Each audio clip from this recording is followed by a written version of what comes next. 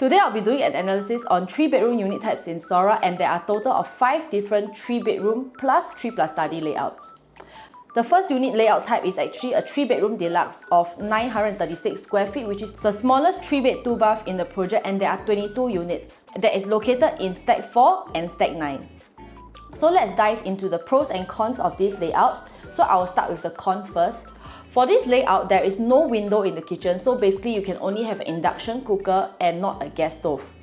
However, because of the glass panel over here, so at the very least it's not going to be very dark as light can still come in from the balcony.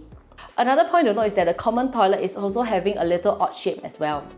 This layout will have an open lake view. However, the 2 common rooms will have a slightly blocked view due to the 2 aircon ledges right in front, so you'll probably only have a half window and half a lake view. One huge advantage that I see for this layout is that there is a flexi room, and it can actually double up as a storage area, or you can actually hang down this wall and merge it to have a larger living and dining area. When you have flexibility in layout, you can attract various groups of buyers that need a store in a house but are not able to stretch their budget to afford a bigger 3-bedroom layout, which the next bigger unit is 1098 square feet and would at least cost 300,000 more.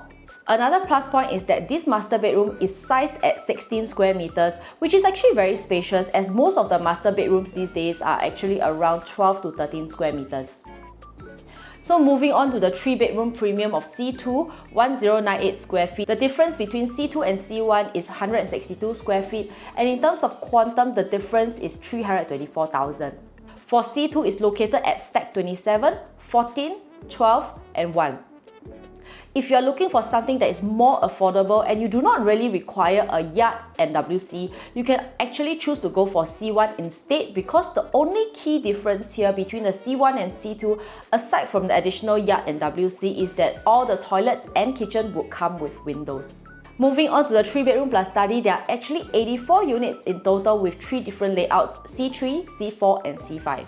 C5 is the layout that has the study room that is located right next to the living room, and you have the choice to actually create a wide frontage, which is actually very attractive in today's market because a lot of wide frontage living rooms usually only are available to the 4 or 5 bedders.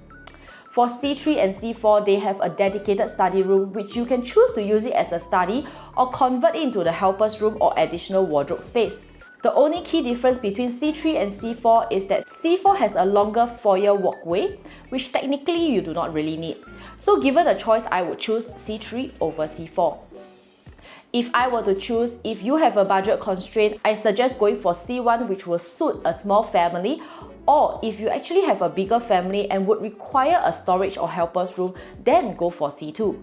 If you are able to stretch your budget to a 3 plus study, my suggestion to you is to actually straight away go for the C5 layout, as the flexibility of a wide frontage living room or a study would actually give you a larger pool of resale buyers in the future. If you need more analysis, please do reach out to me via my contact methods below, and I'll see you in the next one.